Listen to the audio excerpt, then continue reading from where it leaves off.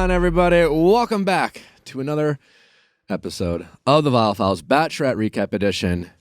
And boy, do we have a lot to talk about. The wonderful Elizabeth Wagmeister returns. I don't know how many times you've been with us now, but now it's like you friend of show. I think so. Friend of show. At least a hat trick. Oh, definitely. Yeah. Yes. Maybe it was fourth. At least fourth trick. At least it definitely. Either way, welcome back. Happy to be back. And we love to have you. Allie and Amanda are both with us as well, as always. Hopefully, as always. Forever. For now. Watch out. For now. What an episode. I think this is my favorite episode so far. Absolutely. Agree. Like, first two episodes, it was like, hey, there's two bachelorettes. We don't know what to do. And we were all like, we'll figure it out because nothing's happening. And then last week, certainly a lot happened. But like really at the expense of Gabby and Rachel. Not that has ended, but there seems to be at least more to talk about, more to break down, more to discuss. Some like real group dates also. Yeah, real. It was a meatier episode. I felt like, we have something to work with here. Yeah, there was a lot going on. I feel like there's those episodes where not a lot happens and then there's one thing at the end. And then there's the episodes where like every moment. Yeah. You're kind of like mad at your TV. Yeah. And that was this episode for me. Which was great. It's the best. Before we get into it, do we have any notable Bachelor Yeah. Some gossip? little Bachelor tea to catch Who everyone wants up. attention? Me. Thank you for coming. So I wanted to talk a little bit about the Tyler Cameron, Matt James, Rachel Kirkconnell of it all. It seems to be popping up a lot. It popped up a little bit more because, back in the day, I believe it was Matt who made a comment that, sometimes Tyler and Rachel kind of butted heads and people were all, I think up in arms about he that. said like there's a love-hate relationship. Love-hate, correct. Yeah. That was the phrase. Which is a unique choice of words. Mm-hmm. Yeah, not great to say Yeah. about your friend, but So people were kind of discussing that and what it meant, but it kind of died back down.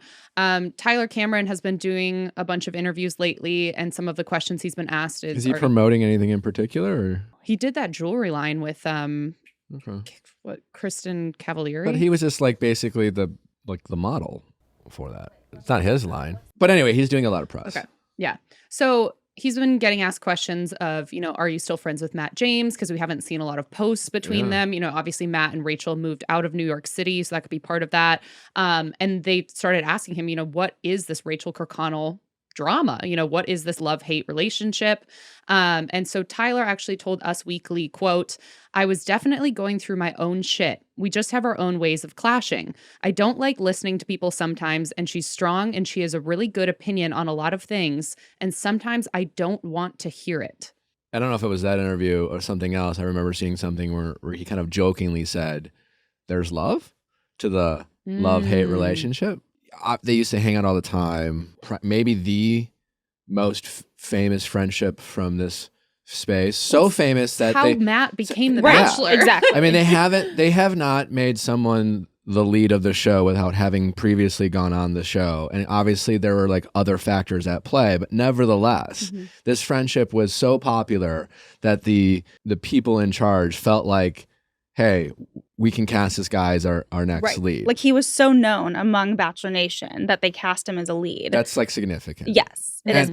People are also busy, so they could easily, we were talking before about another story, the no response to a non-story is always the best response. But they have they have their own lives, so they could, either of them both could be like, I know it looks crazy, but like we're just really busy. But obviously, he'll always be my guy. That is not what either of them are saying.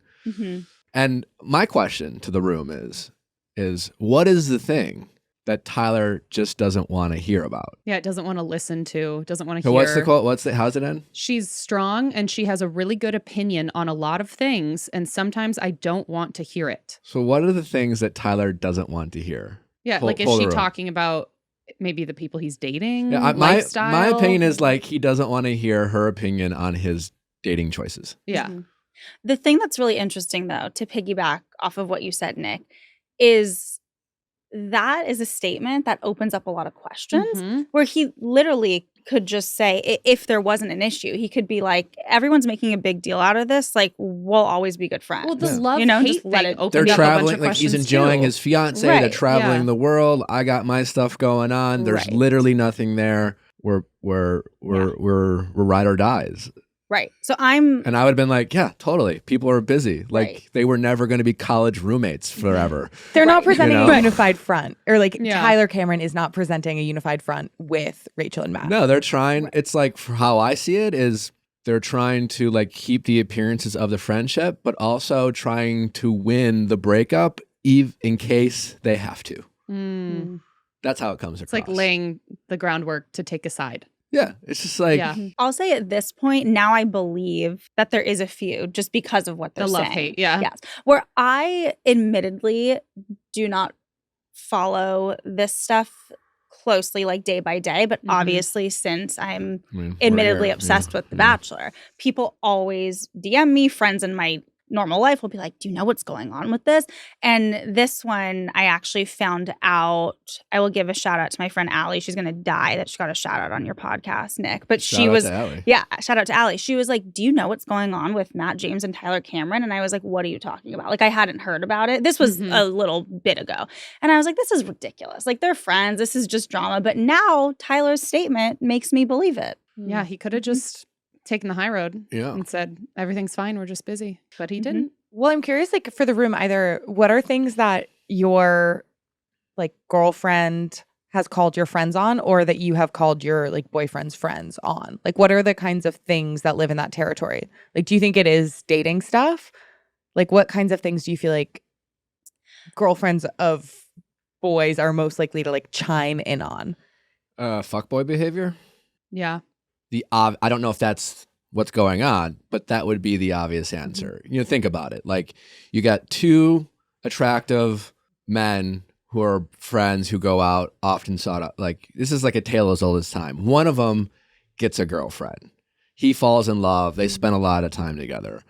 The other friend is still like living the single life, not doing anything, you know, but like, and that person starts being a little more frustrated and maybe, I don't know, maybe insecure because it's like, well, when you're hanging out with Eric's always like surrounded by single women and they're always approaching him and like, you know, and that can be frustrating and then so that person is, you know, maybe in the nicest possible way. Because all I've ever heard about Rachel Kirkconnell, like minus all that other stuff she went through, but for the people who have met her, I've never met her. That's only one thing I hear is just how nice she is. That's all I've ever heard. She's sweet. She's nice. That's it. Now, there's, I'm sure, a lot more to her, but that's all I've ever heard. I also think, like, given all the drama that happened, I do think that Matt and Rachel are one of, at least at this point, one of the strongest love stories to come from Bachelor because Like ever or recently? Well, I guess in recent history, Yeah. but think of everything they went against, and they were like, we still like they clearly want But to I think be it's together. also interesting too because Matt has said, like, even in his book, all of that after the final rose stuff, he said they left their hand in hand. Like what we saw as America wasn't necessarily what was actually happening. Wait, but did he kind of admit that it was a bit performative? For Because he said I mean they were what both we under saw, an immense amount what we of saw pressure. on that screen was they were done. Mhm. And Yeah. I haven't read his book, but I've heard the quote, "We left their hand in hand." They were under immense amount of pressure. Mm-hmm. I couldn't imagine being in their shoes for AFR. But do you feel like Mhm. some of the tension is coming from the fact, like, you know, Matt and Tyler have been friends for a long time. And I get that Rachel and Matt are a strong couple and they've now been together for a while. But if I was Tyler and suddenly there's this new girl coming in, like telling me her opinions or kind of, you know, judging my lifestyle, whether or not I'm in a fuckboy stage, I'd be like, hey, like, you just got here. I don't Like, fault. Yeah, I Yeah. mean, I'm not picking a side. If I'm Tyler, yeah, like I could see getting annoyed if my buddy started dating someone who was critical of me, like just dating around, mhm. and who knows what's going on. Maybe Critical of anything, honestly. Yeah, like, doesn't like, matter what she's. it could be, yeah. you know, we don't know. Like maybe it's an insecurity that Rachel has. Maybe it's justifiable. We don't really know. I could see how both sides are taking it. It's a very common like relationship dynamic that has happened among friends. Like, you know what I'm saying? Like, this is not an uncommon thing. Is there other aspects to the story that we're not hearing about? I don't know. But like, I think it's an interesting statement. Yeah. And I also think like the fuckboy theory, very possible, very likely. But also to answer your question, like, what are things that people might typically get upset about? I think not even just like girl to boy, but like anyone who sees a friend dating someone who they might perceive is not the best for them. That's when you raise concerns. So for whatever we know, it could be coming from both sides. You know, oftentimes you don't say anything because you don't want to ruin a friendship, but there could be one thing said that just what if off. Tyler's just like dating around, as he has a right to do, and pretty girl after pretty girl, and then Rachel sees Matt's and she's like, oh, another new girl, you know? Right. Even something as like harmless as that, if I'm Tyler, I would be like frustrated. I wouldn't want to hear that over and over. And like, if I'm in Rachel's shoes, you know, it's not her place, but like, I could see why she might feel that way, you know? And I have no idea the choices these people are making and if they have a right to be critical, but it seems like that's what might be going on. Babel, well, I was in Paris and it was useful. I'll tell you that. And it goes a long way in Paris. If you just try to speak the language of the people, they can be very pleasant. Because there's nothing worse than being the person who comes in and is like, do you speak English? Merci beaucoup. Yeah. Look at him, a Babel alum. With Babel, you only need 10 minutes to complete a lesson. 10 minutes. You do that in your Uber to your restaurant with any country that you might be in that doesn't speak your native tongue. You can start having real conversations in a new language in as little as 3 weeks. Other language apps use AI for their lessons plans, but not Babel. Babel was created by 150 language experts. Their teaching methods have been scientifically proven to be effective. With Babel, you can choose from 14 different languages, including Spanish, French, Italian, and German. Plus, Babel's speech recognition technology helps you to improve your pronunciation and accent.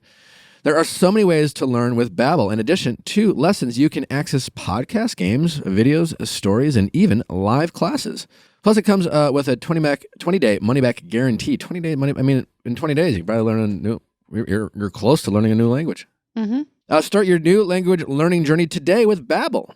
And like I said, what's so great about it, it's so convenient when you're on the road and travel. And if you're not like up to like learning, you know, getting fluent with a whole new language, it can just help you get around and just be less confused. And again, like, you know, ingrain yourself with the culture that you're in. It's always a slightly better experience when you at least try to speak whatever they're speaking. Right now, save up to 60%. 60% of your subscription. It's basically free. It's basically free. When you go to babbel.com/VIALL, that is Babel, BABBEL.com/VIALL for up to 60% off your subscription. Babel, language for life. I also feel like, again, we've talked about, you know, now that Matt and Rachel have moved to Florida, that's caused some like tension and distance. They don't live together anymore. They're not spending all this time together. But I also remember, speaking of Matt's book, I never saw a photo of the two of them there together. Two who? Tyler and Matt? Matt and Tyler. So I'm like, was that either a sign that... What do you mean his book? His book release party, when he was releasing that. Like, and so I'm like, was that a sign that they were either at that point already like kind of distanced and doing their own thing? Or was that also like kind of, you know, a nail in the coffin? You don't think Tyler went to Matt's book I never party? saw a photo of him there. Interesting. And I noticed that because I was like, this is like his would be bro's significant. big thing. Yeah. Totally. So if he's not feeling that support in that way, or maybe Rachel gets protective of Matt and then it comes through other avenues. Maybe Matt doesn't feel like Tyler's being a good friend and Rachel is just like standing up for her boyfriend. Yeah. And I feel like once you have that dynamic where like one person feels pushed out and then they're like, well, arms crossed, like I don't like spending time with you and your girlfriend anyway. So then it just like furthers this distance between them. Yeah. Well, there's clearly something going on. And I feel like at this point, either they should just talk about it or both parties should stop saying it's cryptic. The little, it's the cryptic, but still giving us little nuggets where it's like, okay, well, now we have to talk about it. They're like, you know, there's nothing going on. We're still best friends, but like also they annoy the fuck out of her, you know? Yeah. It's either like talk about it or stop talking about Yeah. it, but don't do this Don't do the middle, middle. area, Mhm. which then, Allows us to guess. yeah. And Nick at the beginning of this with Bachelor T was like, who wants attention? And this Yeah. is, Well, we've- seems like what they want. Well, we've got into it the past few weeks with you, but because we try to have this, like, we don't like to promote hearsay Mm-hmm. because, like, who knows? But if my peers talk about it or post about it, it's fair game for us to discuss and deliberate. This is an on the record statement from Tyler Cameron. So, like, we're dissecting Yeah. that statement. Mhm. because both camps could easily just say we're just incredibly busy, lots of love there, we're rooting for each other's success.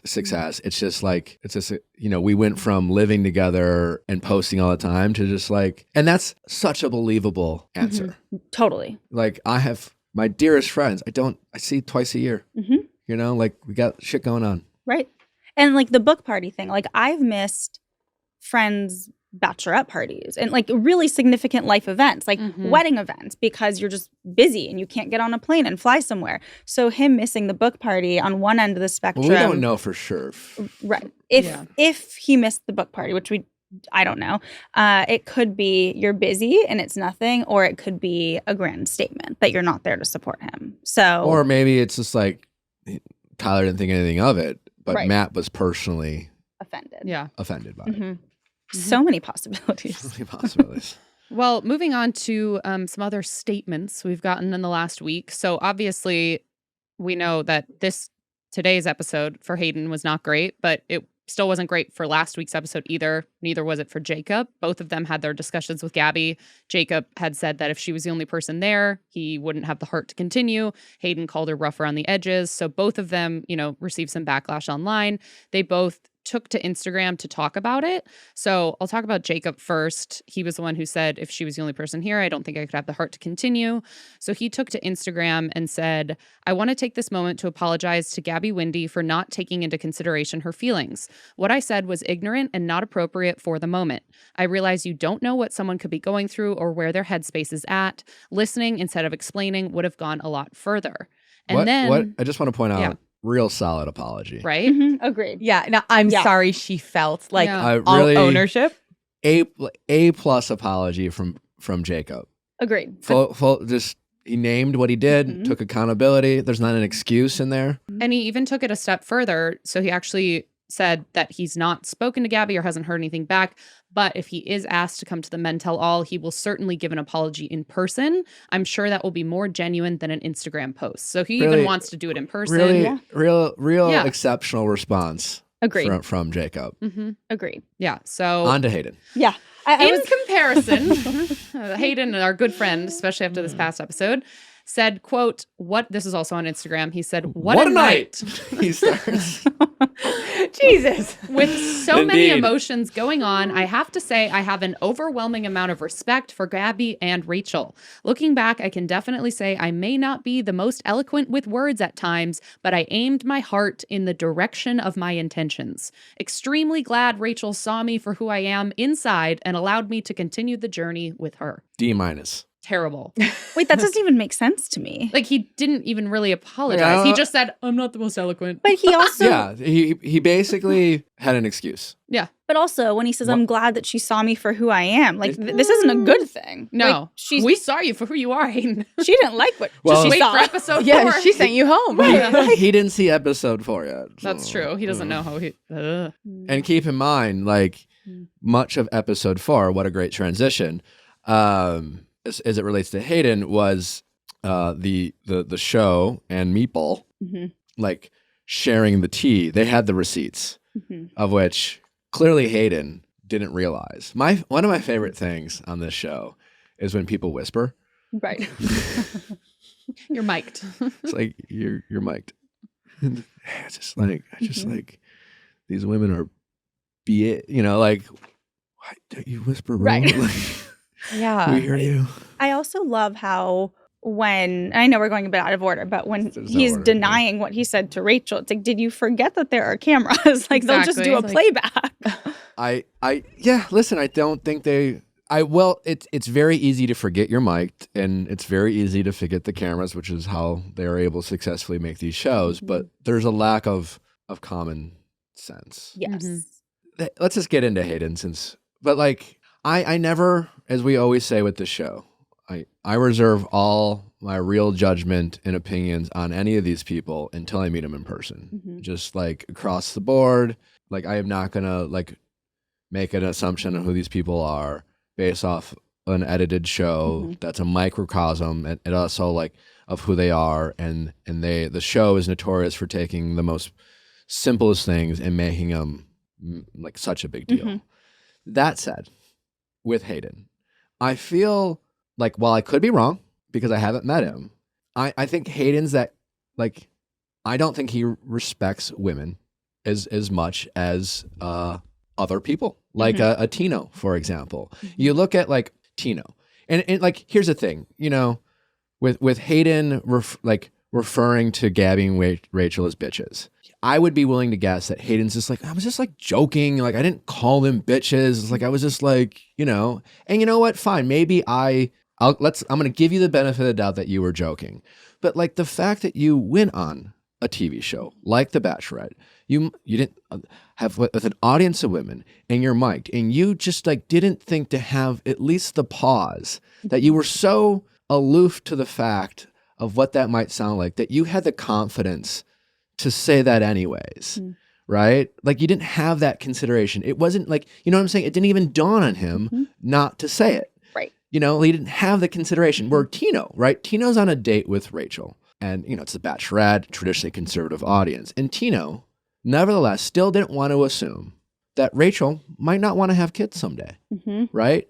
And so he just like thoughtfully just like, I'm not going to assume anything about her. I'm going to ask her questions. I'm going to treat her like an individual that I have a lot to learn about. And Hayden just seems like the guy who, like, I don't know if he has sisters. I don't know if he just seems like a guy who doesn't have any good women role models in his life. You know, he hasn't, like, he just has a bunch of frat boy buddies who like locker room talk. You know what I'm saying? And like generally, like, well, I don't think he hates women. I just think he lacks a general overall respect for them and like the type of like thoughtful consideration one would want from someone going on The Bachelorette. Right. And also probably isn't cognizant of that. I don't think that he, you know, yes, he thinks he's a good guy, and he thinks he got fucked over by the show 100%. 150%. Like, I don't think that he is sitting there being like, I don't respect women. I think that he is, moreover than a lack of respect for women, he has a lack of maturity. Yeah. Because to even speak that way, like to refer to women as bitches, like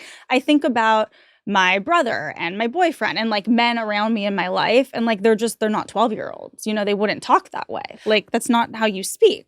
And specifically how it was him in bringing up his ex, he was like, she doesn't even hold a like he was whipping out the like, my ex was hotter thing. Like he's so clearly insecure in this setting. Like he's not getting the attention he felt entitled to. And now he's very quick to use that to make demeaning comments about Rachel's like physical appearance. Like it just seems like, again, don't know him, but he seems like the classic guy who might muster up the courage to hit on someone in public. It doesn't go the way he wants, and he gets a little mean. Yeah, well, also, okay, so you could see that. And again, we know this is an edited show, but I feel like you saw these moments where he would like what we saw was not edited. Like he said this shit. He like, said this totally. Like, but I just mean like you see him switch on a dime. The demeanor. Like, right? And that's what I mean. We don't know the edit, if that was actually 5 minutes of footage, if it was 5 hours of footage, how quickly did he switch? But you could see internally when he gets upset and feels like someone knocked him, all of a sudden his whole demeanor changed, which to me is pretty scary because you can't stay calm in the moment and reason. I think it's also with people interesting too, because it's like we watched him, you know, the episode starts, so like who's team Gabby, who's team Rachel, and like we see him in the kitchen at first saying, well, I used the word rough around the, that also annoyed me. I'm like, it's a phrase, it's not a word, but I used the word rough around the edges. And he didn't get the response he really wanted. And then I felt like he kept, and then we see him out by the pool and he's saying, well, bitch, maybe you shouldn't fucking use that word to describe yourself. Like it just kept. He didn't quite say it. No, like he that. said, well, bitch, maybe you shouldn't use that fucking word to describe yourself then. That's a direct quote. Yeah. I added You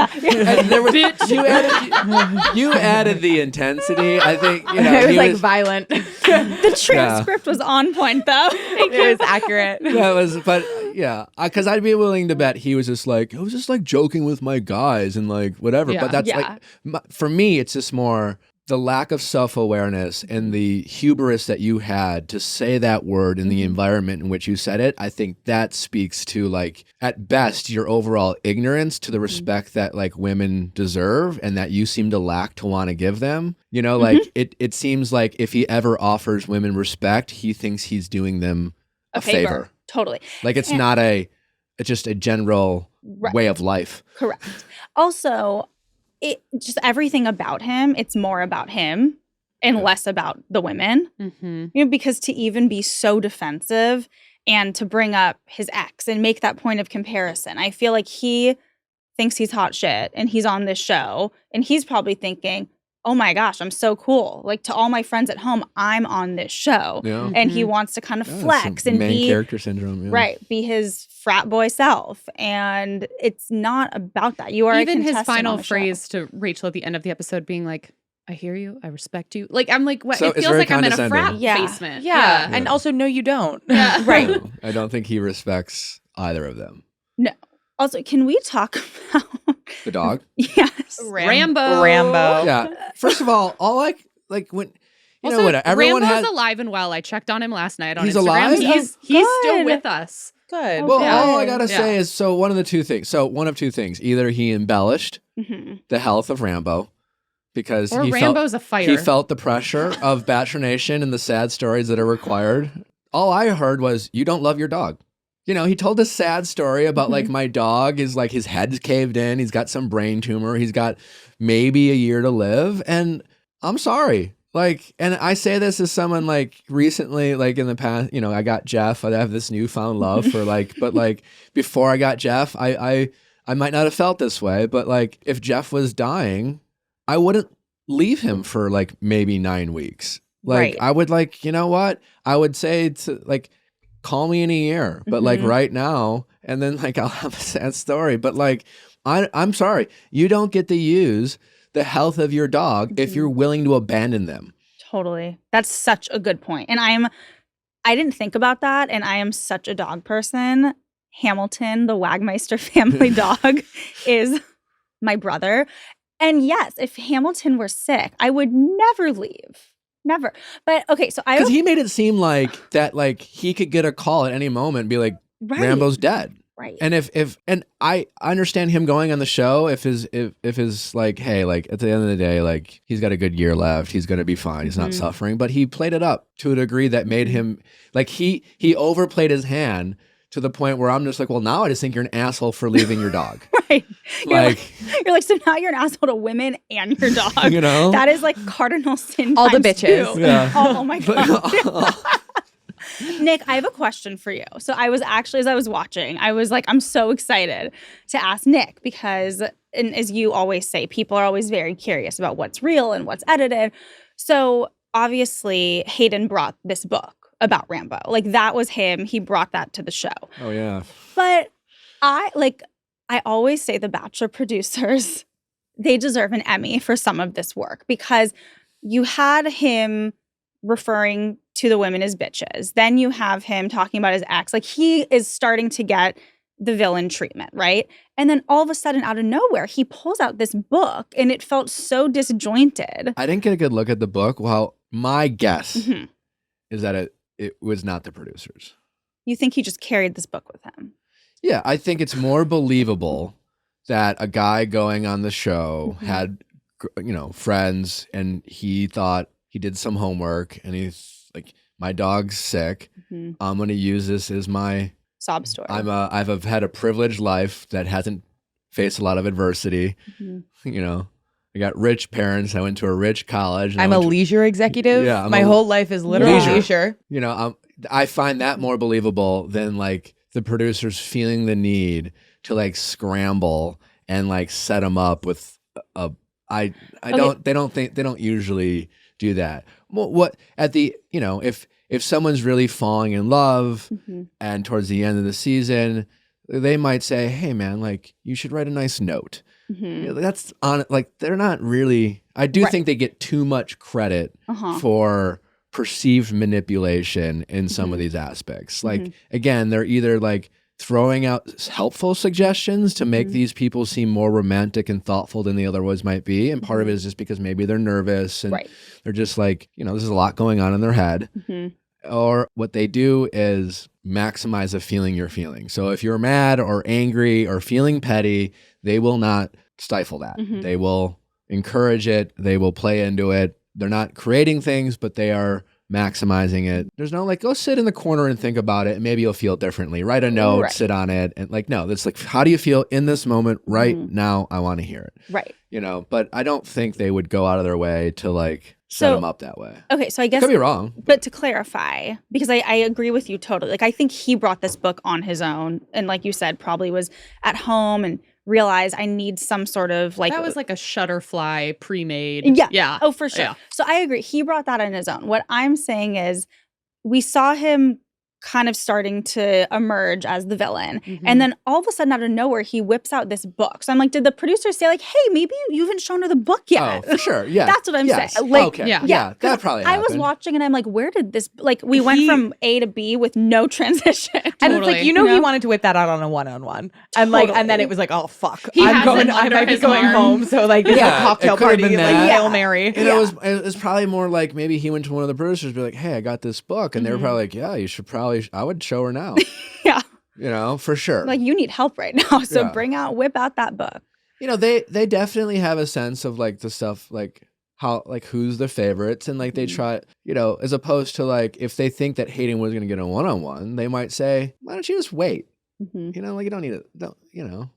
They want everyone to get their story out depending on, when they have time. And so that they're just kind of managing it that way. Part of that is just like, they're trying to put a puzzle together. It's less more Machiavellian and more just like, we need save that because I'm not going to tell you you're going to get a one-on-one. Right. But like, I don't know if a group date's the place to do that. But with Hayden, it's just like, you're going home. Right. So we got to get that book out sometime. Get that book out. And again, they're not telling him to. Clearly, he thought it was a good idea. He brought the book and they gassed him up a little bit and gave him a little too much confidence and what that book might do. And that exit, oh my gosh. I mean, I kind of felt bad for him for a moment. Reminded me of... Only just because he looked like a fool. Like when an Rachel idiot. pulled him aside, though, and said... basically like, do you know why I pulled you? That's like awesome. A parent or a teacher moment right there. Like when you were little and you'd like have to like think back on your actions. And he goes, well, I assume it's about Rambo. I loved how she was like, no, it's not about the dog. Like, about the dog? Yeah.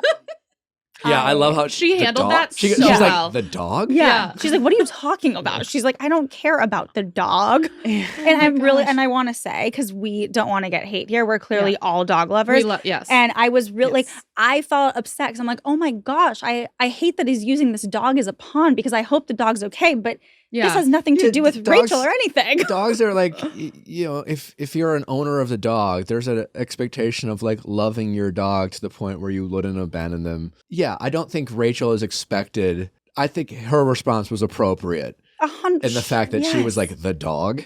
She's like, I'm here to find my husband, not to talk about your dog after. Who you shouldn't have left. Who you shouldn't have left. Yes, after you degraded me and compared me to your ex. And apparently, according to Meatball, said, boobs.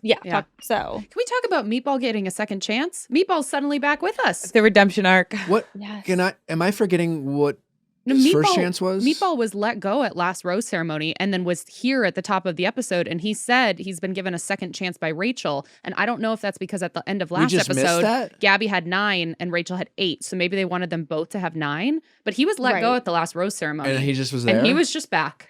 Yeah, so it was. Missed that. I know he said I got a second chance, but like I just was like, I don't know. Whatever, I'm wondering if they wanted them to have equal guys when they boarded the cruise ship. They're like, oh, can I? Oh, yeah. Jesse Palmer's French. Is that what you want to talk about? Oh my God, but obviously. He is from Canada. Yeah, I was like, where did you go? I think he has. I don't know if he's like French Canadian, but I know he's like he's lived at least in Quebec. No, my response was in awe. I was like impressed by his. Yeah. So there were 2, I felt like, misses with like editing, which one is the Meatball thing, which it was in a post-credit scene. You like saw him get a second chance, but they didn't explain it. He was just there. Huh. And then but conveniently was the tattletale. But that's what he Convenient. said. He was like, I've been given a second chance by Rachel. I can't basically, sit back and watch this guy do this to her. So I think he felt like he had higher standards for himself because he was, he was on the verge of going home and then suddenly was brought back. He felt like he had a duty to Rachel. He had a job to do. Yeah. And he did it.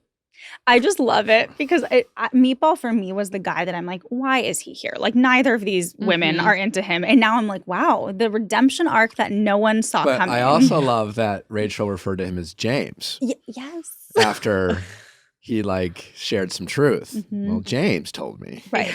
Had no idea that Before Meatball had it was a name. Meatball. Meatball told me it just takes the air out of the Yeah. well, he was like, well, what did Meatball tell you? Yeah. Right. So who can believe a meatball? I spoke But to someone who James, you can believe. Yes. I spoke to someone who went to high school with him last week, and apparently maybe his close friends in high school referred to him as Meatball, but the rest of the high school just called him James. So I think he's really, and I think when he's leaning in. When he got to college, it became more of a thing. Like according to this person I talked to, it became more of he wanted it to be more of a nickname as life went on, but he's running with it. Yeah, and good. How do you think? I wouldn't do it, but good for him. Yeah. Do you think nicknames expire? Do you think you hit an age where it's you can't have a nickname like Meatball anymore? Or where it becomes less endearing? I think it expires. He's 84. With, I think it expires with the friends that gave you the nickname. Talking about the Tyler and Matt of it all. Friendships evolve, they change. I truthfully think Matt and Tyler will always be friends, but their friendship probably has changed. And as you get older, it's different than it was. And so I think it's weird if you had a nickname like Meatball that was given to you by a group of friends that you see a little bit less, and now you've made new friends and you're by the way, I'm Meatball. And you you try to grandfather this it's you grandfather this nickname into it, then it's weird. Yeah. Right. But if you're still are friends with these friends and I have a friend from back home, we call him Baby Nikki. And then that turned into Baby. And then I realized that I can't call you Baby in public all the time because I'm always hey, baby.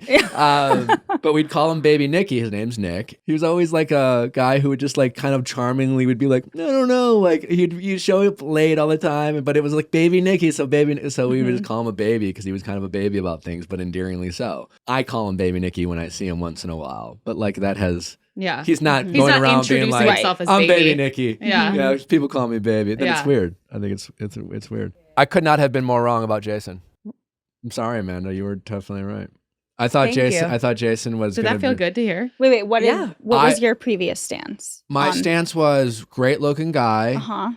Both these women seemed to be physically attracted to him. He was put on this small group date. They didn't show any of these conversations. He's clearly quiet. And in that world, hot and quiet gets you sent home unless you're their favorite. Right. And now I think Jason wins. Okay. I thought he was going to be sent home this episode or next. I just thought he would just be one of those guys who showed up and kind of he had said. I mean, he literally said, I showed up this really isn't for me. I'm very out of my comfort zone. I'm not willing to give my opinion on every little thing. It's not worth it. He's an investment banker. It sounds like he's got a life. He's not banking on his time on The Bachelorette to he's just he's here for an experience. But it turns out, I think Gabby's really into him. Yeah. When Gabby, after the one-on-one, well, first of all, let's just talk about the fact that the Paris date, that's a big deal, right? And the fact that Rachel gave it to Tino. And the two of them were talking before the date. And if Rachel says I'm giving it to Tino, that's also got it in Gabby's mindset. Be okay, I'm giving it to my ringer. Right. But you make a good point though. I don't doubt they're close friends. There clearly is a love between them. I think they really are looking out for each other. But the environment is just going to make them competitive. Yeah. So to that point, if Rachel is bringing her clear front runner on this date and she's going to have to digest it, it would make sense if Gabby's well, fuck it. I'm going to bring my my front runner. And I've always said the walk around whatever city you're in are always the best dates. They're the most realistic. They allow you the most time to like feel like you're in the real world with this person, as opposed to like some sort of safety meeting for like a bungee jump. You know, it's just not. It's not the same type of date. You know, so I think the favorites are often on, not always, like, I mean, usually a lot of the favorites are on these like walk around dates. Paris. And the fact that it was like, so they were on this cruise. On Andy's season, we went Marseille, France was one of our destinations. And I remember Andy telling me, because like usually the lead will fly on their own, and usually maybe like a day early, they'll get there and then the guys will follow, or different flights. Everyone's flying on different flights. And we flew into like, I think Munich as a layover, and I went to Marseille. But and I remember Andy telling me that they went a day early and they just spent the day, like her and some of her producers, just like, hey, let's just go to Paris for a day on an off day. So I wouldn't be shocked if they were like, oh, we have 2 bachelorettes, we need an extra date. Like we need more dates. So like, fuck it. Let's just like grab these 2 guys. Everyone else is going to follow. And we'll just like fucking walk around Paris and make a date out of it. And it sounds like that's probably what they did. And what a, like, oh my God. I mean, I was just in Paris. Like it truly is a romantic, beautiful city. It's like, it's so beautiful and romantic. And to walk around for a day is, I would think, the best date you could have on The Bachelor or Bachelorette is walking around Paris. Absolutely. By the way, I saw photos from your Paris trip. It looked amazing. It was wonderful, yeah. I was there this summer too. And it like walking around, as I was watching this, I was saying exactly what you're saying, which is this is a realistic, I mean, not realistic just to go to Paris any day, but realistic in the sense that you're eating crepes and you're drinking wine and you're walking around. And like that is a perfect date. And also, fun fact, I don't know if you guys know this, but the very first season of The Bachelor back in 2002, I learned this from, I interviewed a lot of the executives for a 20-year anniversary piece that we did in Variety. And the very first season, the proposal was supposed to be at the Eiffel Tower. Really? And because of 9/11 and security measures, they couldn't travel. So they weren't able to go to Paris. But that was like the whole pitch for the first season of the show, like, was it ends up with a proposal at the Eiffel Tower. That was like their storyboard. Is their pitch? Exactly. Oh, wow. Yeah. And now I'm also wondering, as I was watching it, I was thinking this, with COVID, obviously, they were in a bubble for a handful of seasons. And this is really the first season that they can travel with still precautions, but not many. And I wonder if they were like, we've got to get an Eiffel Tower shot in there because it's so romantic. Yeah, it made a lot. It wouldn't shock me if the Paris date was not part of this like itinerary as they're planning out and mapping out the season. But like creatively, we're just like, hey, well, if we grab 2 guys, we can make grab a couple audio men and a couple cameramen. We'll get a date. We'll get 2 dates out of it. Yeah. And I think it was awesome. It was a really cool date. Yeah. And then when Gabby at the end of the day got teared up, again, who knows how, I think Gabby 100% is playing her cards close to the vest. I don't know if it's like this has to do with like her relationship with her mom and maybe there's some trust issues. So she's like very reserved, but like clearly she gave her first impression rose under different contexts than Gabby did. Like Mario's just hanging on for dear life. So like that, you know, he's rivaling what's his name who got his first impression rose from Tayshia back in the day. I forgot his name. That's kind of the point. Really good looking guy. Seemed like he's gonna be a front runner. Look at them both. Okay. It doesn't even matter. You said they're like, oh, and we're gonna Spencer. Spencer, yeah. Like he was notorious for falling. Like Mario is rivaling. Mario was sweating at that rose ceremony, Oh, and oh, Tino sweating. already had one on his chest. Hang Like, on for your life. Yeah. But like whatever. Like, and so I don't think Mario was ever like her front runner. I think she gave it to Mario for different reasons than Rachel. Like there's no one says you have to give the person who's your absolute favorite. It's just like your first impression. You get to decide, the lead gets to decide what that first impression means. It's truly up to them. And with Gabby, like when she got choked up, it reminded me of when I got choked up on my date with Vanessa, because there's a fear that all leads have of like, am I going to like anyone? Am I going to find someone? Now you add that with Rachel in this like natural competition, even though they're not competing against each other. Both like the Bachelor and Bachelorettes both have a lot of pressure, and it's different pressure. And the Bachelorettes, I feel like I have a heightened sense of pressure of like, well, to get engaged, they have to be proposed to, right? It's, you know, there's still that element of like someone has to ask me. I mean, we've now had Becca Kufrin like propose to Thomas, and that's great. But like traditionally, so I think there's a level of pressure there. So you imagine like these two bachelorettes being like, well, what if Rachel gets proposed to, but I don't? Like, a lot of things are going through their head, So when she got teared up from that date with Jason, to me, it was this like, I thought Jason was my favorite. I was very attracted to him. He's very quiet, so now I have questions. So I want to give him a date. The date went awesome.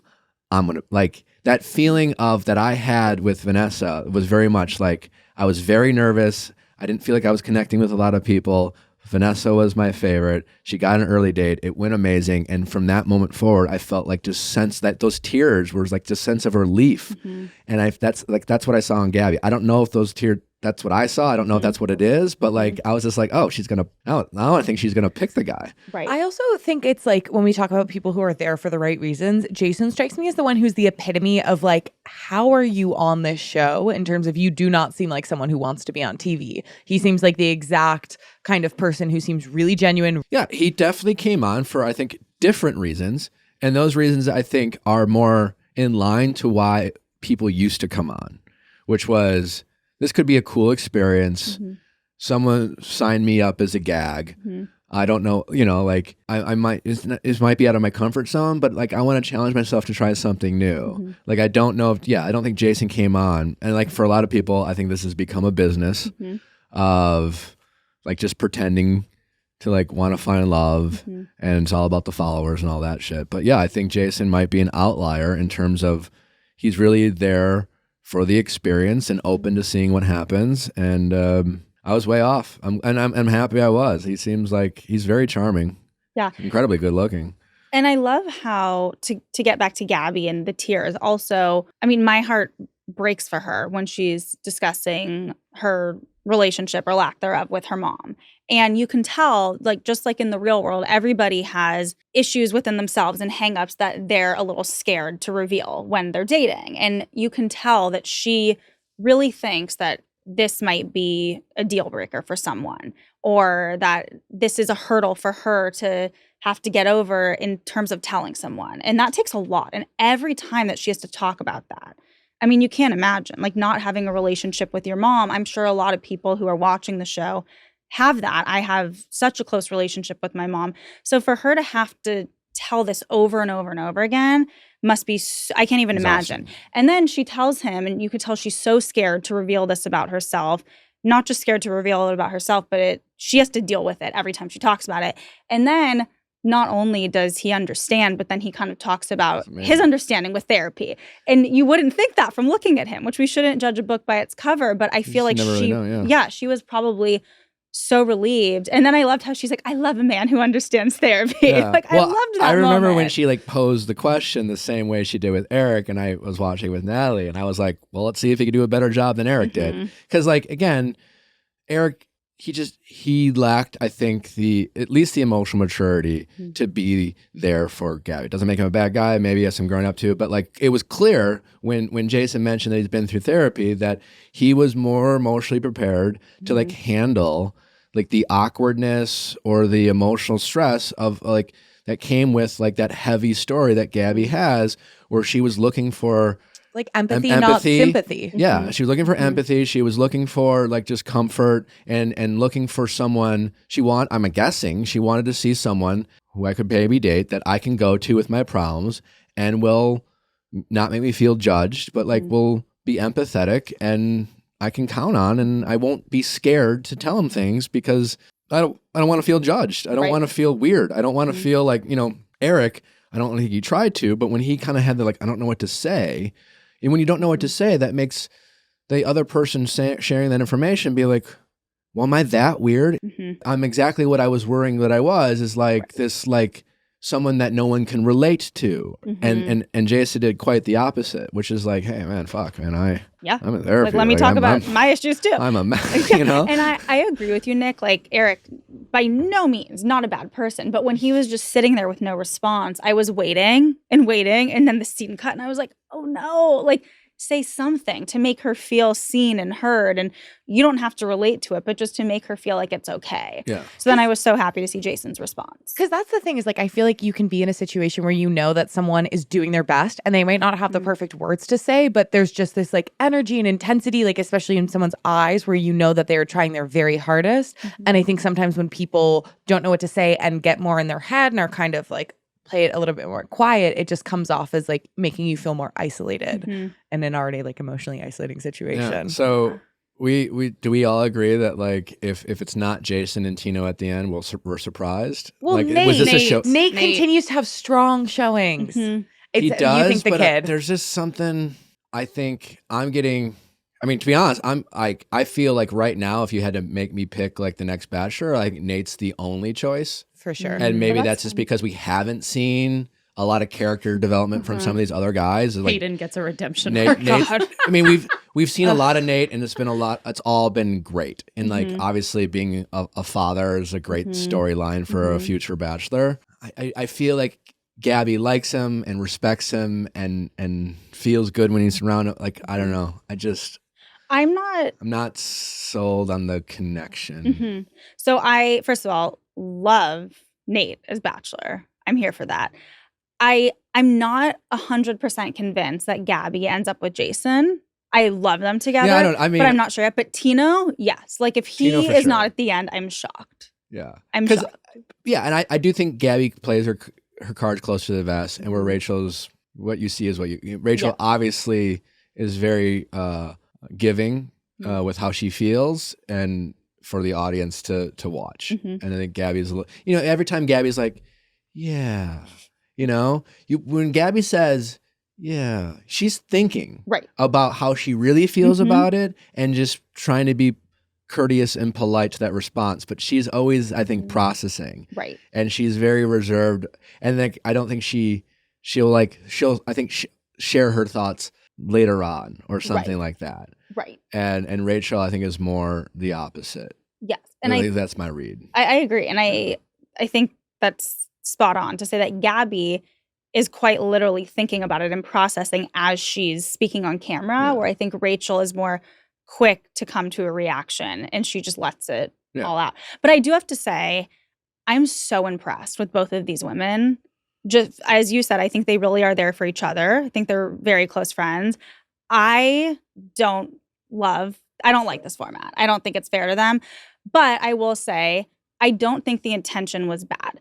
When I interviewed Gabby and Rachel at the beginning of the season, we spoke about it. And they've said this a million times. They're like, no catfights, but there's a lot of drama.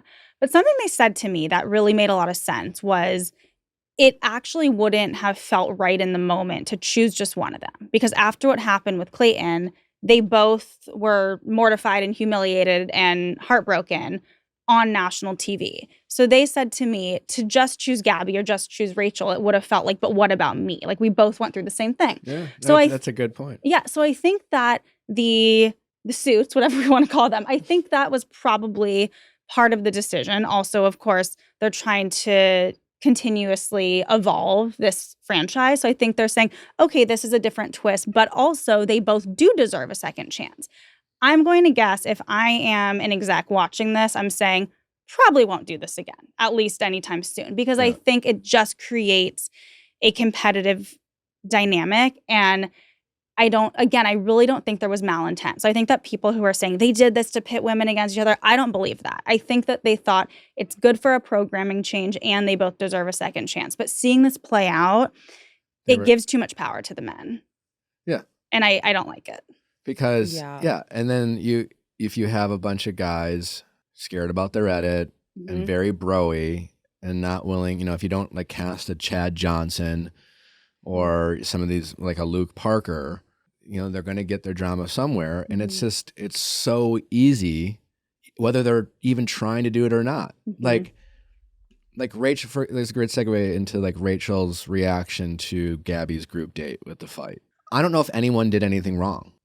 Like I know, like, you saw the reaction from the men after Gabby, like, said, hey, no one came up to me. And you saw a bunch of like what I took as genuine, like, disappointment in them. They were like, you know what? Yeah, I could have. I should have. Like they realized I've been in their shoes and I know what it's like to be really nervous of being like, I don't know, it's a group date. Do I go up and talk to her? You know, if you're Tino and you're a front runner, you don't want to overplay your hand having just got a one-on-one, so maybe you want to back off. And if you're one of the guys who like barely even fucking knows Rachel because you haven't had any time and you're like, this chick doesn't like me, you know, like then you're just a little awkward too. And like you're just afraid of pissing off everyone around you, so you play it safe. Like that's always happened in the house because you're damned if you do, damned if you don't. Like, you know, they say the road to hell is paved with good intentions. Well, the road to like a villainous edit is also oftentimes paved with good intentions. Like you can have the best intentions sometimes and get fucked if they have no other options because you're assertive and you go for what you want and you want to make your bachelorette feel like you've noticed her and you see her.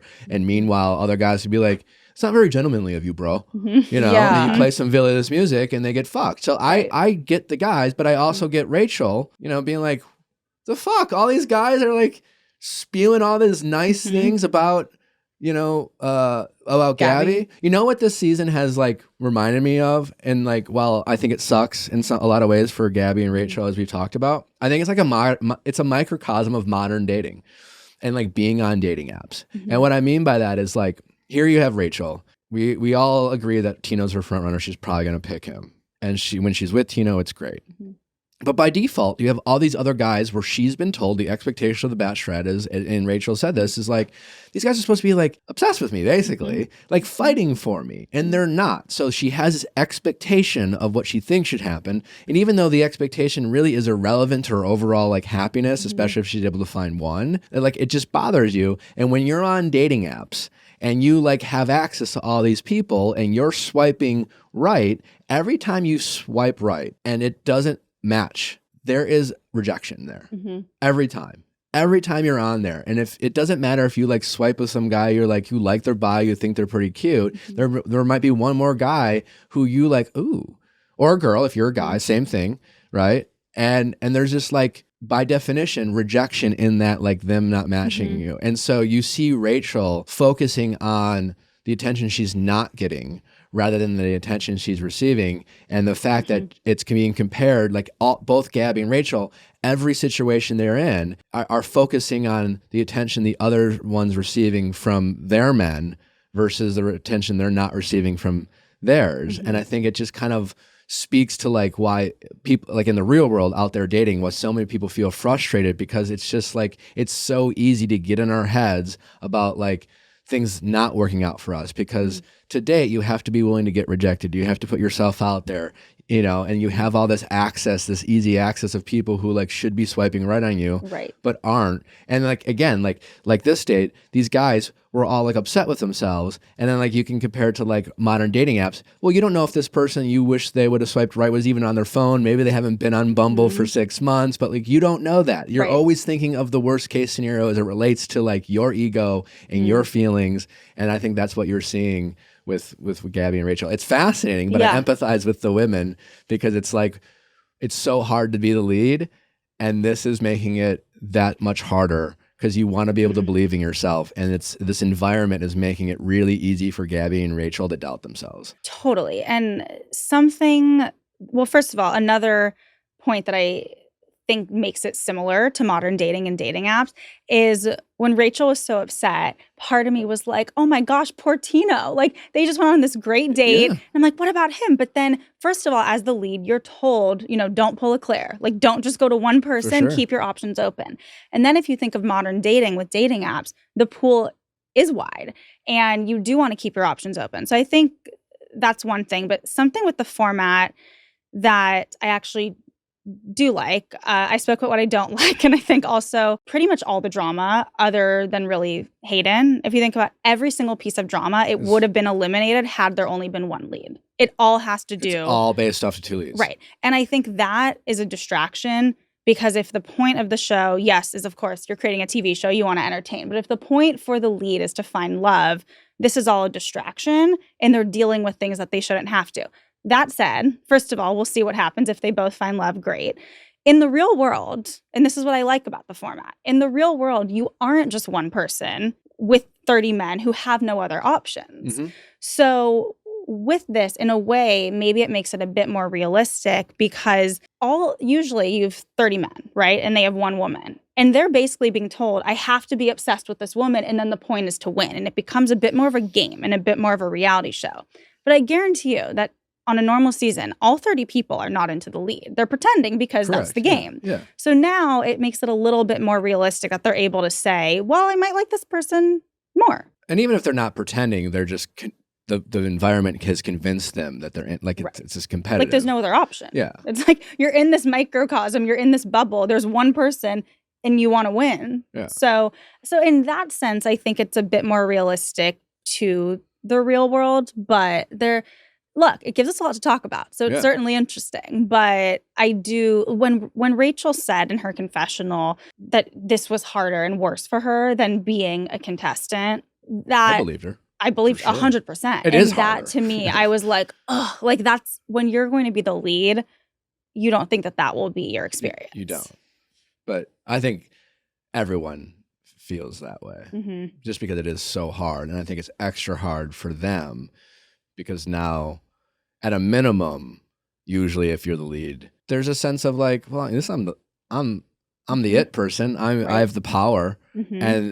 And I think what you're seeing is these women constantly recognizing they don't feel powerful in their role as the bachelorettes. Now, whether that's the producers like leaning in or they're just like the environment has like leads to them like constantly doubting themselves, I don't know. But that seems to be what's going on. Yeah. And I do think, again, it's just the format. It just lends itself to all these problems.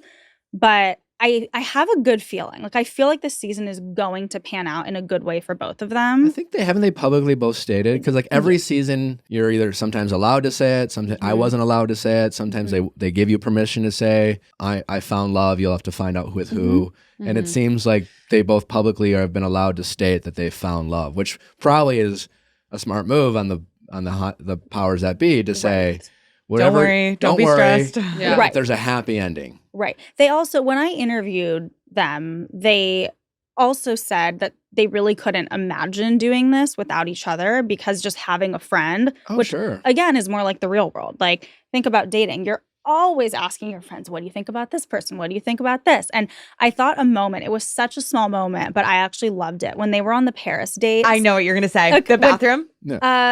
When they were both inside and they were looking outside. Oh, Yeah. okay. When Rachel Well, was like, do you have to go to the bathroom? Yeah. And then they just went inside. Yeah. And then they're like looking and they're snickering and that was like two girls that are together looking and you're like, look how cute they are. What do you think they're talking about? And I like loved that moment. Oh, so, I was envious of them in that moment to like have that companionship. Even if it was like me and Ben, it would have been nice to just been like, hey, what do you think? Right. Yeah, like you definitely feel alone.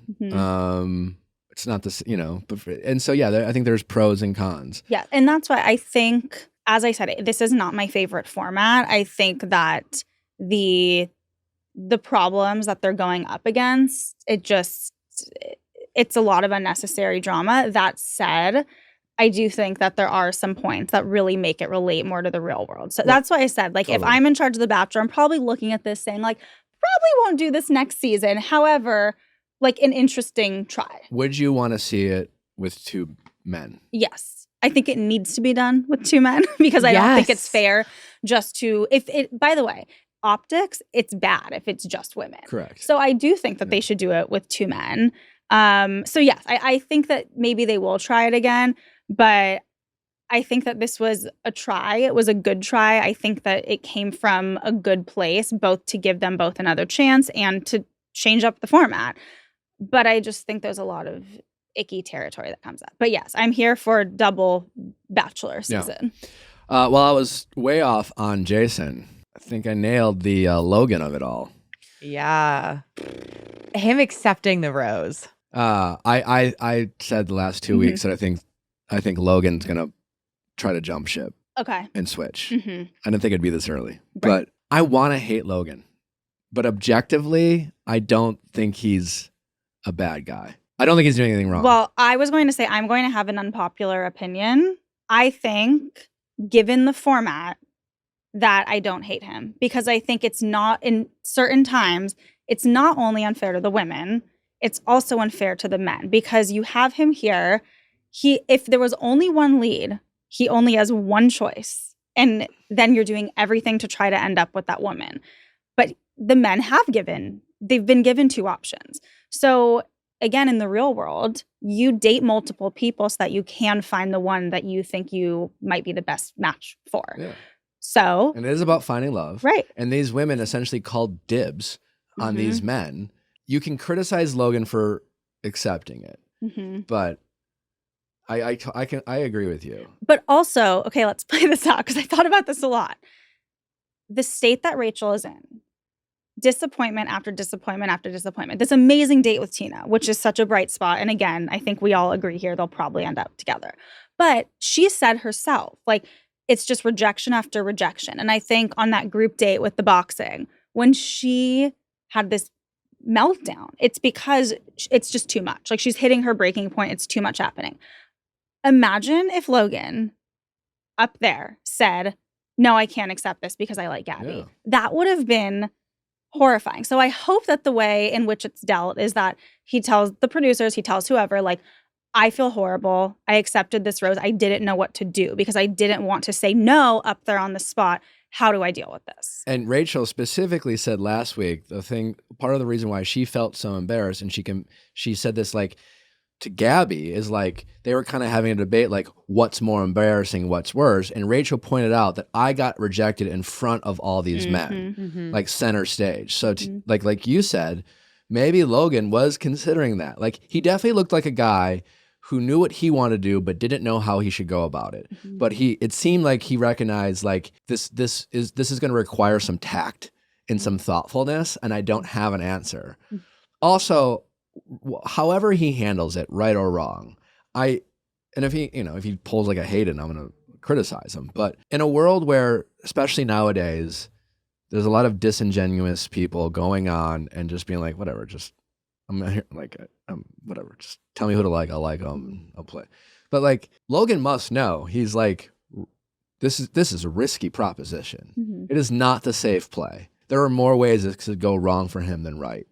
And like, if you're Logan and you're just like, I'm not either of their favorites, but like, whatever. He is trying to make this as genuine as possible for him and a show that's about love. And so, like, he's being authentic.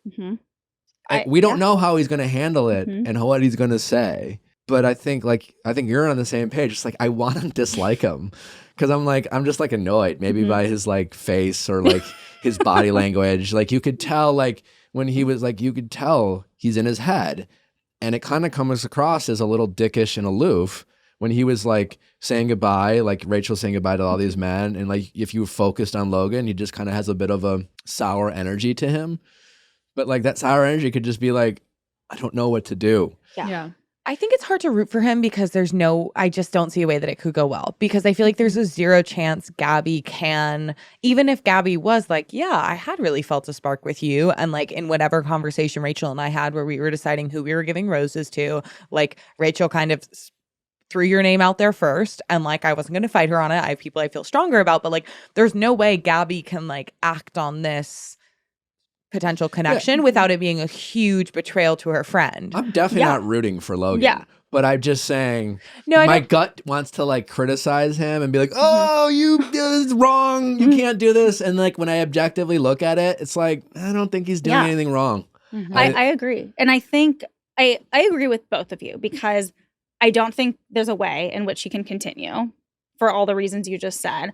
But I feel like he's a casualty of this format. Like, he didn't make up his mind early enough on which woman he wanted to be with. And now he's realizing that he might have a change of heart, which is a natural, normal thing, again, if you're on the dating apps. And I think that now Gabby probably can't go with him because it's a betrayal to her friend, also won't want to. But I think he goes home next week, but hopefully he deals with it in a good way. I weirdly think she's going to keep him. Oh, you do? I don't know why.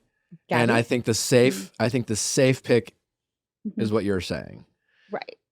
I think if she keeps him, I think he's good TV. and I think he is willing to follow his heart, even if it's not the smart choice. I think that is something that is valued in that atmosphere. And I think it wouldn't shock me, regardless of why he is kept and for what reasons.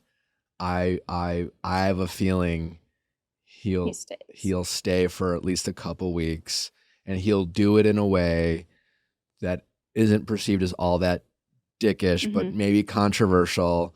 Clearly, like, while I don't know if the producers are all to blame for pitting these women against each other, I don't think it's their biggest priority not to have these women feel insecure. Like, historically, like, having a bachelorette that expresses insecurities is something that they have always valued. And so this leads to potential more of that. And in all fairness, like any lead, right? Like, you want a lead to feel. Yeah. I mean, like, the most common question on this show is, how does that make you feel? I want to hear how that makes you feel, good or bad. It's what the show is about. Right. You know, and we like watching people feeling insecure and in their feelings and vulnerable and sad and a mess. And that's sadly fun for us to watch, you know? So, okay, this is how I hope. I know I said, I think Logan goes home. I hope he goes up. Now I'm changing. I have the same intention for this. I hope that whatever happens with Logan is at the decision of Rachel and Gabby. How I would want to see this play out is I hope that he essentially says, look, I am more into Gabby. I didn't want to say this during such a public rose ceremony. Rachel, can we have a private conversation? I don't think Rachel's really into him anyway. So then maybe Rachel says something like, thank you for doing this. You really dealt with this in a mature way. And yeah, if Gabby wants to keep you, I'm fine with it. And if the girls make up that decision on their own, then maybe. I don't think it's going to happen next episode, though, because the guys have laid this groundwork saying, let's have a good week. Like, they had that, like, team meeting where they were like, do not do anything out of line. No, that happens every week. Right, yeah. Every week. It's like in Bachelor, every week there's, every week. Ends with a cocktail ceremony, and cocktail ceremonies are just meant for drama. And so every time the drama happens, all the guys are just like, let's just have a good week, guys. Let's just have a good week. Like, it happens every week. It's just like, it's not totally in their control. If he stays another week and does not fess up to any of this, then I hate him. Then we put him on my shit list, and then he goes into our villain category. I hope Rachel handles it the way that you as well. I guess it's up to Rachel. Right. Like, I hope she focuses on what she has and not what she doesn't have.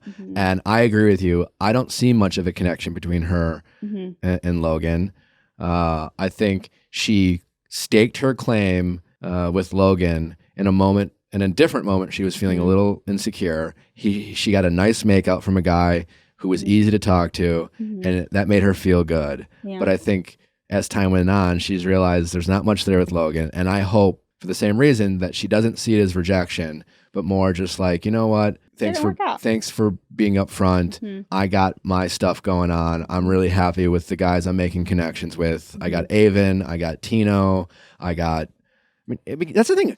Rachel's got, to me, Rachel's top 4 for Rachel is stronger than Gabby's top 4 for Gabby as we stand now, from what we see. The connections, like Aiden, Tyler, Tino. Because Tyler you love Tyler. Okay, I'm Zach, over I love it. Aiden too. They had that great one-on-one. But I will say Tyler had a nice. I think he has Ben Higgins energy. Yeah, listen, you were more right about Tyler like, this he's episode a cutie. than I was. Yeah, I called him as like someone who was getting no attention at first. But Avon, Tino, and Zach, those seems like 3 like decent connections, and you got some potential with Tyler, and then with Gabby.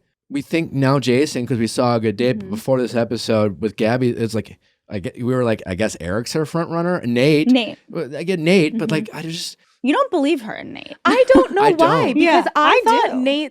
I think to the thing that Nate said when it was his turn pre-boxing, where he said, I noticed the way you look off when you're thinking, like when he pointed out these very specific tangible mannerisms, I thought that was like the epitome of thoughtfulness in this environment. I think Nate is pitching a perfect game. And I think he's doing all the right things. And he's incredibly good looking, and he's charming.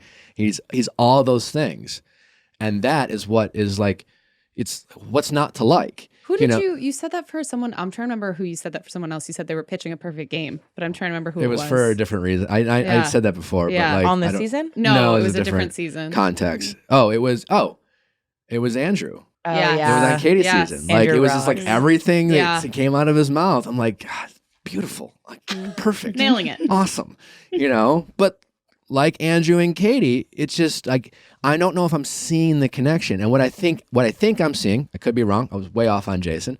I'm seeing a guy who's easy to connect with. What's not to like? And keep in mind, Gabby and Rachel are still figuring this out too. So why wouldn't you be drawn to a guy like Nate who's making you feel good and making you feel confident and like brings you up when you're down? But like as we talked about last week in that episode, like what makes a relation, like a lot of what makes a connection and people like is that like the uncertainty. I think Nate is like getting her through this, and then I think she's building a connection with Nate through like the role he's playing. But for whatever reason, I am just doubting the genuine like connection of like Gabby's, and him together forever. Like a deeper connection. Yeah, I wonder if we'll see I don't know. her. I could be like she might end up with Nate. I don't fucking know. I wonder if But, we'll like, see her wrestle more with the idea of motherhood with him. Because I remember on their one-on-one, she said, I'm going to have to think through if I'm willing to like step into that role, but I don't have to decide that now. I'm wondering if the season Yeah, it could continues, be if that. she'll really like hem and haw over that. But I guess what I was saying is just like I'm seeing stronger, and maybe it's because Gabby plays her cards closer to the vest, and with Rachel, she's like, I like this guy. So you see who Rachel likes easier, but it seems like she has a strong top four. So I hope for Rachel, that's what she starts focusing on, is that like I have three to four guys that like I'm really excited about. I have some strong connections. I don't really care if Logan doesn't look at me or if Logan likes Gabby, et cetera, et cetera. Like we're 4 weeks in, we're 4 weeks away from hometowns. I'm going to focus on these strong connections that I have and try to build those. Right. That's what I hope for. Yeah, I agree. And I think to your point, nobody likes to be rejected. And I think that's easier to it's easier to focus on the bad than the good sometimes. And we have to all do a lot of self-work to focus on the good. And I hope that for Rachel's sake, she does. But also, again, a lot of these things wouldn't come up had there not been two bachelorettes. Totally. So, and again, also for Logan. So I feel like I hope that Rachel doesn't get too upset about it. And I hope maybe she says, okay, I respect that. Thank you. And, I'm too far along. This isn't going to work. And then if Gabby wants you, sure. And then Gabby might say the same thing. Like, I don't know. I'm too far along.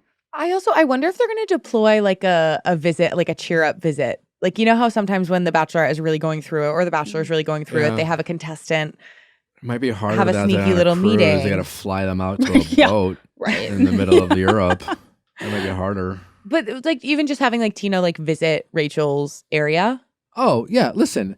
Like this show is all about like managing tension. You push them to the limits, and when you feel like maybe you've gone too far, yes. However you do it, you try to like bring them back. This show is all about ups and downs. I mean, that's life, and they're trying to like replicate like stakes, just like any movie or TV show. Like they did sign up for being fucked with emotionally. That the environment itself is like it's fucking weird. It's a group date. Yeah. Like fuck. And that's something that I feel like with all the criticism for any season, we all do need to remember. If you're on this show, you signed up for a TV show. And yes, you're in it because hopefully you want to find love. But you did go on a TV show. Nothing's so some of this free. you did sign up for. Nothing's free. Oh, I have a question for you, Nick. What do you think about showing behind the scenes with the men at the rose ceremony? I feel like that's new. Yeah, this whole like Right? guys. Well, what's new is like they don't make in the past. They don't go back to the line. They're Right. all standing. Like you'd have Right. the guys with roses like off to the side, but they'd be in the group. But now they have them like Go to the green room. Right, yeah. They literally. Yeah. I like it. Yeah. I like the commentary. Yeah. Yeah. And it's because it's also, I think, very insightful to see when the guys speculate about who's coming out, and they were like, Logan, it's got to be Logan. Because it's like, it's cool to have that barometer for like, what is the house's perception of who is I think it's a ringer. I think it's I love that word. I think it's interesting. I like it. Yeah. Yeah. I actually had one question that I was thinking about, which is like, what is the wisdom on leads initiating kisses versus contestants, because I think in sort of like the gendered expectation of like men maybe being more in like generally in culture expected to initiate intimacy, but then you have like the Bachelorette are the ones in this position of power. And I feel like I've just noticed a lot this season, like Gabby and Rachel were leaning in, and I was curious if that's something that you think is pretty typical, where they like— I don't know. When I was the Bachelor, the women were often the initiators. I think part of it is just like I was tired, and now I just like I don't want to kiss a 14th person tonight. But like I was the only bachelor that, like, you know, for them it was like I've been waiting all night to talk to you, and I'm just like, okay. So there's a little fatigue there. I don't know if I really noticed. I think my guess is the contestants often are more the initiators, except with their favorites. Like I think if you see the leads leaning in, I haven't been paying that close attention to it, so I don't know. But like it wouldn't shock me if like Rachel's excited. Like when Rachel sees Tino, it's like, trust me, she's been like waiting for this for like days. Like all she's really wanted to do is hang out with Tino. And if that's her favorite, that's usually what happens. One thing that I noticed about Tino was how carefully he was holding the umbrella over Rachel. Like he was with his goddamn life protecting like that woman's clothing and hair from getting wet. And it struck me as like, oh, one of the reasons that it seems like there's such a good match is because I think for Rachel, that stuff matters a lot. Oh, yeah. Where like, I think if she felt like she was like, and he wasn't even holding the umbrella, like, you know, like feeling noticed in certain ways. Hayden would have been like, get your own. Yeah. Yeah. But I think that He's goes like, this is to- just not practical. We need. He'd be like, you know how it like drips off the edges? He'd be like holding it so that was like right over her head. Yeah. But I think that goes to show what type of guy Tino is and how emotionally aware he is. To bring this full circle, you know, Nick was saying when he didn't assume that she would want children, even though by society standards, that typically is the assumption. So I just feel like he's very emotionally aware and he always is looking out for the woman. He was raised right. That's all we have to say. Yeah. Tino's a good egg. Yeah. He is a good egg. He's like just and I I didn't want to like him for some reason. Or like, no, I didn't want to like him, but I was just like, I was like, okay, seems very perfect, which I feel like is like a setup for feeling disappointed. But he's a good egg. Similar facial characteristics to Tyler Cameron. Yeah, I did actually notice that. They both. I mean, they just have like they model don't look faces. the same. They don't look the but same, they definitely like, have similar like structure. Yeah. Okay, so I'm going to blow all of your minds. So I always, while I'm watching, especially at the beginning, I always stalk on Instagram. I'm like, oh, I want to like see what this person's about when I become more invested. So yesterday I was stalking both Tino and Jason. Tino used to have very long hair. This is like in recent memory, like down to here, shaggy hair. And I think it'll make— Can I see this picture? I think it's going to change your perception, but like in an even better way, because he seems very, like you said, almost Tyler Cameron-y. I didn't get that, but very like model-esque and perfect. Oh my God. Wow. And Right? he's like a surfer. Yeah. Like it's a lot, like there's a different side of him. It's gorgeous. It's a beautiful man. Jesus. I'm like, that man's in Venice. And he works with He Ronald looks like McDonald. a Hemsworth brother. He literally looks like a Hemsworth brother in that photo. Yeah, you're right. He does, like Jason Momoa kind of. How is he not getting more like He does- you know, like the hype that Peter from Rachel's season got or Tyler got, like kind of like just true like babe hype. Why isn't Tino getting more babe hype? He also, he does appears to do a lot of charity work with Camp Ronald McDonald with children. Like he seems like a really good guy. I found this all out last night and I was like, oh my God, I like him even more. Oh, Yeah. Tino. Tino. And Jason's very surfery and outdoorsy, which I liked because sometimes the investment banker aura can give you Stuffy. you kind of think they're a one-trick pony. Yeah. But he's like very outdoorsy. And I don't know. I liked what I found. Like when the I did Santa some Monica light of it all. stalking. No, like I he seems like really- a beach boy. Exactly. I did a 180 on Jason. Yeah. Oh, Spencer's still, I think. All right, well, let's wrap it up. Give me your top fours for each of the Oh my God, top four. ladies. I mean, with Rachel, I'm just going full Tino. Like, I don't even You're think not I'm even going to do gonna more. bother. Like, Okay. Tino. Well, because you see them together. And actually, Nick, not to embarrass you, but I remember during your season, and I wish I remembered which woman it was because I was probably wrong, but I remember watching it at my aunt and uncle's house. And my aunt was like, see, that chemistry, you just believe it. Like, she likes him. And it was you. You were making out with someone. I forget what scene. But that's the energy that I get when Tino and Rachel make out. I'm like, that is a different kiss. Well, it's not a fun kiss. It's Oh. not enjoyable. Like, she is very into it. Oh, yeah. Gabby, I'm not going to give you a top 4, but a top 2. I think Jason and Nate. I still really like Nate. I think it is more, I think I'm giving him more than what you're giving him, Nick. Like, I don't think it's just fun. I think she actually really likes him and how he makes her feel. We'll see. Yeah. I mean, I definitely could be wrong. Yeah. I've been wrong as much as I've been right so far this season. I just want to say props to Quincy. You've changed at least adjusted my perception on anyone who is a life coach on this show. I quite liked Quincy. I know some life coaches IRL, and they're lovely people. I feel like it's easy to get a bad rap. Yeah.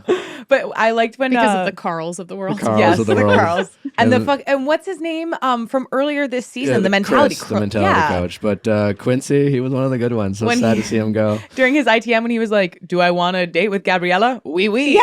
Yeah. Really loved Quincy. I hope to see him on Yeah, Paradise. he Yeah. looked so genuinely sad when he didn't get I want to see him on Paradise too. Yeah. Yeah. And you know who I don't want to see on Paradise is Hayden. I'm sure he will be, but I do not want to see him. Put him away. Yeah, I don't think there's a redemption arc No. there. Hayden and Shanae. Other than Nate, do you have any potential like Bachelor hopefuls? Oh, that's a great question. Let's go through. And like I just think like Nate's, when you consider that Tino is going to be with Rachel, No, Jason, yeah, not- Jason would he's be too- not such a dynamic but like lead. other than Nate, I feel like I mean, if in some, it's also way too early, but Yeah, it's a little early, but Nate would be a fantastic fantastic. bachelor. he's got all. He seems like he has all the He's also just like really emotionally intelligent, and it seems like age appropriate. and the way that he not only says things that are like so thoughtful and genuine to Gabby, but I feel like within the house, the way he reacts to the way people talk, like it doesn't feel like he's trying to put on the show of being a good guy. It just feels like he lives life with high character and integrity. There was a moment where Hayden was talking to Nate, and he was Yeah. trying to explain himself, and Nate was just like, "Nah." Yeah, He was Yeah, like, it's no, just no, like, no, no, nah. no. Yeah. Nah. Yeah. You Yeah. know, something that I do hope we see soon, and sorry, we gave Meatball a lot of love, or shall we call him James?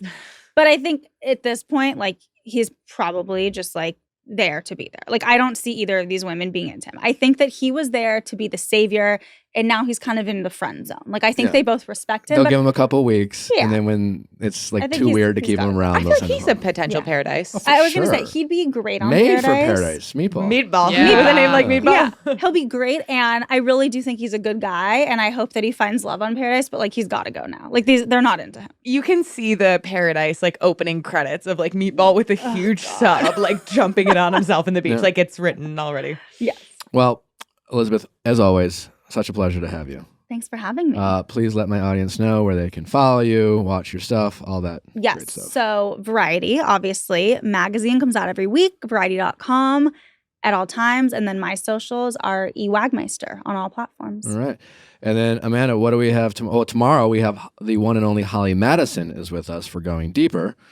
Holly Madison from The Girls Next Door and the, what is it, There we go. Secrets and Lies at the Playboy Mansion. By the way, though, she's fantastic Yeah. in that. And I will I would recommend everybody watches that. I did a lot of Watch it, coverage yeah. on that docuseries, and it's very eye-opening and important to watch. And with her, we'll be talking about JoJo Siwa and Candace Cameron Bure. We'll talk That a little. story's nuts. But anyways. Yeah, it's been a very drawn out saga. We've got some Neo cheating scandals and also couples last ditch effort retreats to say like exorbitantly expensive retreats where couples will spend thousands of dollars Save the relationship. to save the relationship, Ooh. usually after an affair. And we'll talk about the efficacy of those. Ooh, well, tomorrow on Going Deeper. Thanks for listening, guys. Don't forget to send your questions at asknick@castme.com, cast with a K for all your Ask Nick queries, questions, I don't know, submissions. yeah. We'll see you tomorrow. Bye.